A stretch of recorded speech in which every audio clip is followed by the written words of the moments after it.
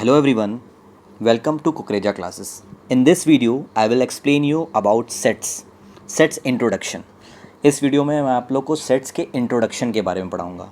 It means that introduction means basic concept of sets, यानी कि sets हम लोग कैसे फाइंड आउट करते हैं कि कौन से टर्म सेट्स हैं और कौन से टर्म सेट्स नहीं हैं. तो हम लोग इस लेक्चर में सेट्स के बारे में जानेंगे, उसके ऑब्जेक्ट्स के बारे में जानेंगे, मेंबर्स के बारे में जानेंगे कि क्या होते हैं मेंबर्स, क्या होते हैं एलिमेंट्स, क्या होते हैं पॉइंट. तीनों का मतलब सेम ही होता है लेकिन इसके मतलब के बारे में भी जानेंगे.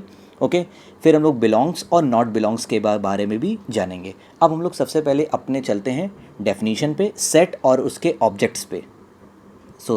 जैसे कि आपको स्क्रीन पे दिख रहा होगा sets, a set and its object. तो सबसे पहले इन दोनों के बारे में सीखते हैं कि ऑब्जेक्ट का मतलब क्या होता है. In our mathematical language everything in this universe whether the living और non living is called an object. इसका मतलब ये है कि जो एक मैथमेटिकल लैंग्वेज में बोला जाए कि जो यूनिवर्स में जितनी भी चीज़ें हैं, चाहे वो लिविंग हो चाहे वो नॉन लिविंग हो, लिविंग का मतलब चाहे वो जिंदा हो चाहे वो नॉन लिविंग का मतलब ना जिंदा हो, उसको हम लोग बोलेंगे वो ऑब्जेक्ट हो. यानी कि दुनिया में कोई भी चीज़ जो होंगी वो सारी की सारी चीज़ें क्या होंगी, ऑब्जेक्ट होंगी. अभी हम लोग उसके बारे में भी जानते हैं कि कौन कौन सी चीज़ें ऑब्जेक्ट्स में आएंगी. तो देखो ऑब्जेक्ट्स क्या होती हैं, जैसे well defined collection of object, यानी कि सेट जो होता है ये चीज़ों को क्या डिफाइन करता है, वेल डिफाइंड. वेल डिफाइन मतलब ऐसी चीज़ें जो नॉर्मली वे में वेल डिफाइन हो सके. वेल डिफाइन का मतलब होता है a collection of object is said to be a well defined if it is possible to tell beyond doubt whether a particular given objects belong to the given collection or not. इसका मतलब ये है कि a collection of an object मतलब किसी भी collection, अगर हम लोग ऑब्जेक्ट का कलेक्शन करते हैं और अगर वो वेल डिफाइन है, पॉसिबल है कि हम बिना डाउट के बता सकें कि वो कलेक्शन है कि नहीं है, तो उसको हम लोग बोल सकते हैं सेट. तो वेल डिफाइन, अभी हम लोग सेट की डेफिनेशन जानेंगे कि क्या होती हैं. जैसे हमने कुछ एग्जांपल, एक एग्जांपल नॉर्मली ले सकते हैं. जैसे हम लोग लिए example flowers in the garden. अब हम लोग दिमाग में सोचने लग जाएंगे कि फ्लावर्स इन द गार्डन का मतलब क्या है. तो फ्लावर्स इन द गार्डन के बारे में यही बताना है कि ये वेल डिफाइन है कि नहीं है. तो वेल डिफाइन तभी हो सकता है कि जब हम लोग फ्लावर्स को देखें. अगर मान लो मेरे पास छोटा गार्डन है तो वो वेल डिफाइन होंगे. मान लो मेरे घर में गार्डन लगा हुआ है तो हमने 10 प्लांट लगाए हैं, ठीक है, 10 फ्लावर्स लगाए हैं, तो ये वेल डिफाइन हो गए. लेकिन अगर हम वही बोलेंगे बहुत बड़ा गार्डन है तो वहाँ पर हम लोग वेल डिफाइन करने में थोड़ी थोड़ी दिक्कत आएगी.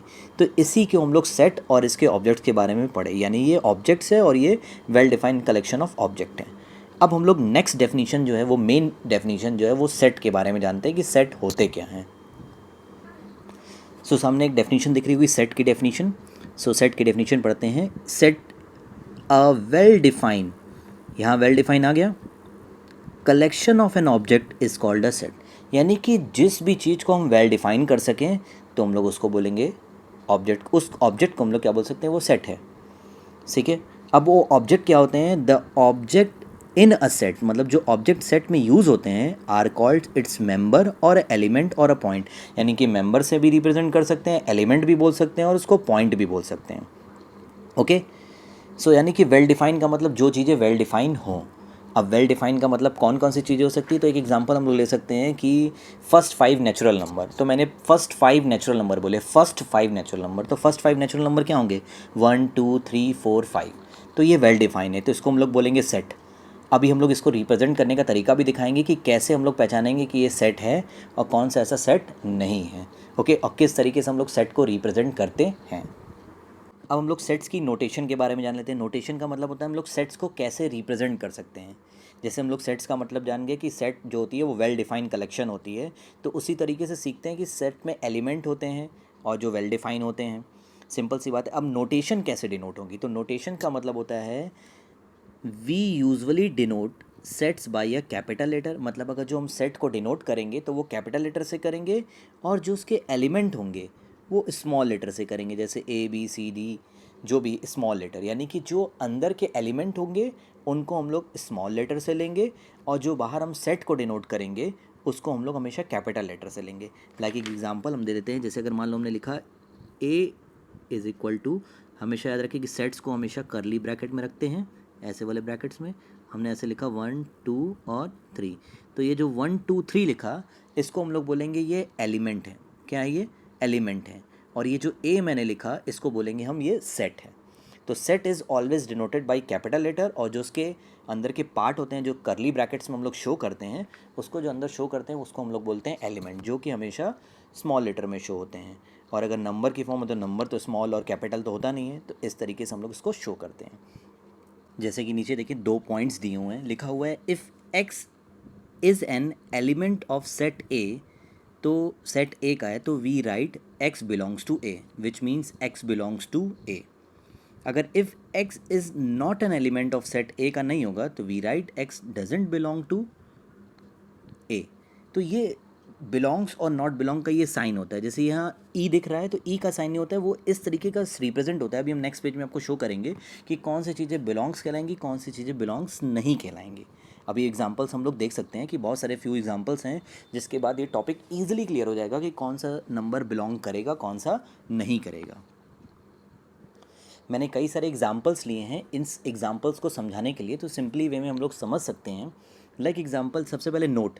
नोट का मतलब लिखा हुआ है it is customary to put the element of the set within the braces. जो भी मैंने बताया कि जो भी हम लोग के सेट्स के अंदर के जो एलिमेंट्स होते हैं वो हमेशा हम लोग ब्रेसेस मतलब हम लोग ब्रैकेट्स में शो करते हैं, करली ब्रैकेट्स में, और सेपरेटेड बाय द कॉमा। और उनको सेपरेट कैसे कर लेते हैं, कॉमा।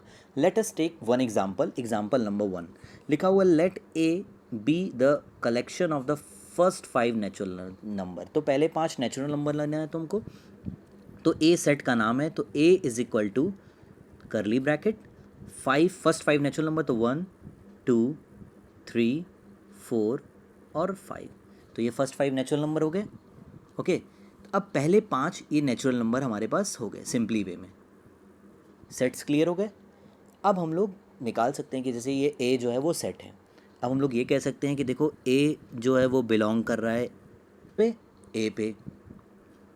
2 भी बिलोंग कर रहा है किस पे, ए पे।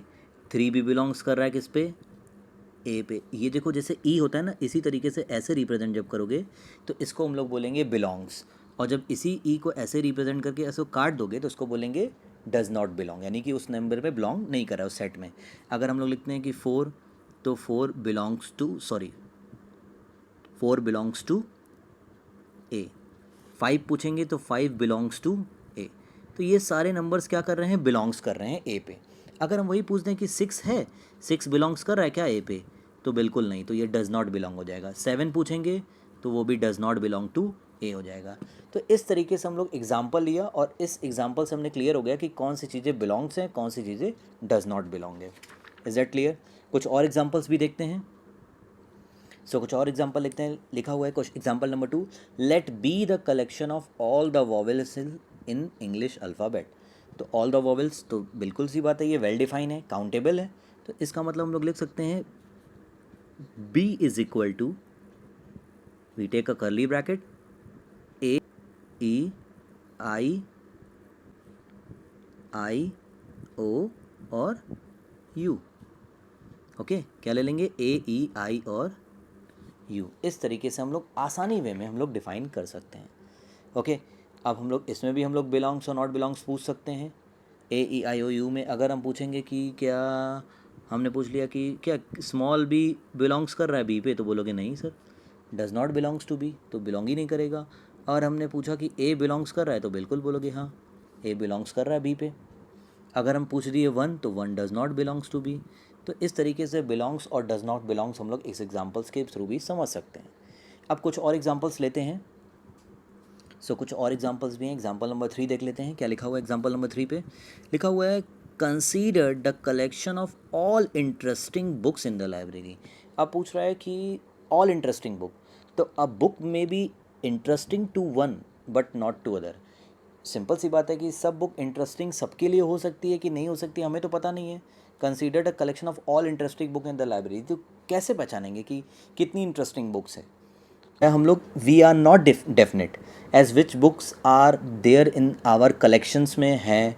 सो the collection of interesting books जो इन लाइब्रेरी है इज़ नॉट वेल डिफाइंड, यानी वो चीज़ वेल डिफाइंड नहीं है। इसका मतलब वो वेल डिफाइंड नहीं है, यानी ये collection is not a set. तो हम लोग लिख सकते हैं कि ये कलेक्शन जो है वो collection is not a set. यानी ये कलेक्शन सेट नहीं है। सिंपल सी बात है। Interesting book in the library, अब हम कोई हमसे पूछेगा कि सर इंटरेस्टिंग बुक के बारे में बता दीजिए, कौन सी इंटरेस्टिंग बुक है। अब लाइब्रेरी बुक में तो करीब लाखों बुक्स पढ़ी होती है, कैसे हम पहचानेंगे कौन सी बुक्स इंटरेस्टिंग है। तो ये कलेक्शन जो होते हैं इज़ नॉट अ सेट, यानी ये सेट नहीं है। एग्जाम्पल नंबर 4 लेते हैं। Considered a collection of young player of Delhi. अब यंग प्लेयर ऑफ दिल्ली का मतलब, अब किसी की भी एज जो है, there is no specified age to be young. किसी की भी यंग होने की स्पेसिफाइड नहीं हो सकती, क्योंकि कोई कोई ऐसा होता है जो 18 के एज में भी बहुत बड़ा लगता है, कोई कोई ऐसा होता है जो 34 भी होता है तो एकदम लगता है 18-20 का। तो हम लोग कैसे डिफाइन कर पाएंगे? So we can not say definitely who are the member of this collection, नहीं डिफाइन कर सकते। तो hence the collection of young player of Delhi is not a set, यानी ये भी इज़ नॉट अ सेट है, is not a set. Next example लेते हैं। Considered the collection of a rich person of Chennai. अब हम लोग रिच पर्सनस की बात कर रहे हैं, तो रिच पर्सनस की बात करेंगे तो there is no specified definition to be rich, so the above collection is not a set, यानी ये भी ये सेट नहीं है, नॉट अ सेट। सिंपल सी बात है कि कैसे हम डिफाइन करेंगे कि कितने पीपल चेन्नई में रिच हैं, हम डिफाइन कर ही नहीं सकते। तो एक रिमार्क के थ्रू हम लोग समझ सकते हैं कि कौन सी चीज़ें सेट नहीं होती हैं। सो सिमिलरली नीचे एक रिमार्क मैंने दिया है, लिखा है सिमिलरली गुड प्लेयर्स अगर हो गए, इंटेलिजेंट्स बॉयज़ हो गए, ऑनेस्ट पर्सन हो गए, टॉल बॉयज़ हो गए, ब्यूटीफुल गर्ल्स हो गई, do not form a set, यानी ये सेट फॉर्म नहीं करेंगे। सिंपल सी बात है। ब्यूटीफुल गर्ल्स के बारे में तो पता नहीं कितनी लड़कियां ब्यूटीफुल होती हैं, नहीं पता है। हम लोग वेल डिफाइन नहीं कर सकते। टॉल बॉयज़ कितने होते हैं वेल डिफाइन नहीं कर सकते। ऑनेस्ट पर्सन कितने वेल डिफाइन नहीं कर सकते। तो इसी तरीके से बहुत सारे ऐसे एग्जाम्पल है जिसको हम लोग वेल डिफाइन नहीं कर सकते, तो यानी कि ये वो सेट नहीं है। ब्यूटीफुल फ्लावर्स की बात करें तो वो वेल डिफाइंड नहीं है। लेकिन अगर हम लोग कुछ, जैसे मैंने ऊपर 2 एग्जांपल्स लिखे हैं, देख रहे होगे, लिखा है the following are the some examples of set and the following are not well defined collection are therefore is not set, तो यानी कि वो सेट नहीं है। तो हम लोग कुछ एग्जांपल्स ले लेते हैं। सो देखो लिखा हुआ है कि अ सेट ऑफ एनिमल्स, तो अ सेट ऑफ एनिमल लिया मतलब एनिमल्स के सेट बनाए 5-6 एनिमल्स के, तो वो क्या है, सेट्स है। The set of teachers teaching you, जो टीचर्स हैं, सिंपल सी बात है, स्कूल में 10-20-30 टीचर्स ही होंगे, तो जो टीच करेंगे तो वो भी सेट है। The set of letter in the word cricket, तो ये भी सेट है, क्योंकि क्रिकेट में वर्ड हमें पता है कि जो वर्ड्स जितने हैं इसमें, तो ये भी पता होना चाहिए कि जैसे CRICKET लिया है, तो इसमें जितने भी लेटर हैं कि 7 लेटर्स आए हैं, लेकिन जो सेट पढ़ते हैं तो जो लेटर बार बार रिपीट होते हैं उनको सेट्स में हम लोग एलिमेंट नहीं मानते हैं। लाइक एग्जांपल, अगर हमको एलिमेंट्स के बारे में लिखना होगा इसके बारे में, तो हम लोग लिखेंगे सी, ओके, आर भी लिख सकते हैं, आई लिख सकते हैं, लेकिन सी फिर नहीं लिख सकते, फिर के लिखेंगे और फिर ई लिखेंगे और फिर टी लिखेंगे। तो ये एलिमेंट्स होंगे उसके, क्योंकि कोई भी जो भी वर्ड लेटर होता है उसको रिपीटेड अगर होगा तो उसको सेट में एलिमेंट में काउंट नहीं किया जाता है। अब कुछ नीचे एग्जांपल मैंने दिए हैं। The following are not well defined collection are therefore not set. जैसे the books that are fun to read, अब कह रहा है the books that are a fun to read, मतलब जो ऐसी बुक्स हों जो हमें बहुत फ़न देती हों। अब सिंपल सी बात है, ये वेल डिफाइंड नहीं है, तो इसको हम लोग सेट नहीं बोल सकते। The movies that are good, अब बताएं दुनिया में कितनी मूवीज़ बनी है कि कौन सी मूवी हम गुड बोलें कौन सी मूवी नहीं बोलें, तो हम नहीं वेल डिफाइन कर सकते, तो ये भी सेट नहीं है। ऐसे बहुत से सारे एग्जांपल्स हम लोग ले सकते हैं। जैसे अ फुटबॉल टीम सेट, अब फुटबॉल टीम लिया तो फुटबॉल टीम में हमें पता रहता है कि जितने प्लेयर होंगे, क्रिकेट टीम में कितने प्लेयर होते हैं ये पता होंगे, तो ये सब वेल डिफाइन होंगे। तो स्टूडेंट ऑफ क्लास 5th बोला तो सिंपल सी बात है, क्लास 5th में कितने बच्चे हैं, मान लो जितने भी सेक्शंस हों उसको हम लोग काउंट कर सकते हैं, वो वेल डिफाइन है। इसमें हम लोग बहुत सारी चीज़ों के बारे में सीखा कि सेट्स क्या होते हैं, ऑब्जेक्ट क्या होते हैं, एलिमेंट्स क्या होते हैं, ओके, बिलोंग्स किसको, बिलोंग्स का सिंबल क्या होता है, डज नॉट बिलोंग का सिंबल क्या होता है, सेट्स को हम लोग कैसे रिप्रेजेंट करते हैं, ये सारी चीज़ें हम लोग इस वीडियो में सीखे। This is a part 1। अब हम लोग पार्ट 2 में जब जाएंगे तो पार्ट 2 में हम लोग सीखेंगे टाइप्स ऑफ सेट्स, मतलब कितने टाइप्स के सेट्स होते हैं, और हम लोग सीखेंगे how to describe a set, कि किस तरीके से हम लोग डिस्क्राइब कर सकते हैं सेट्स को।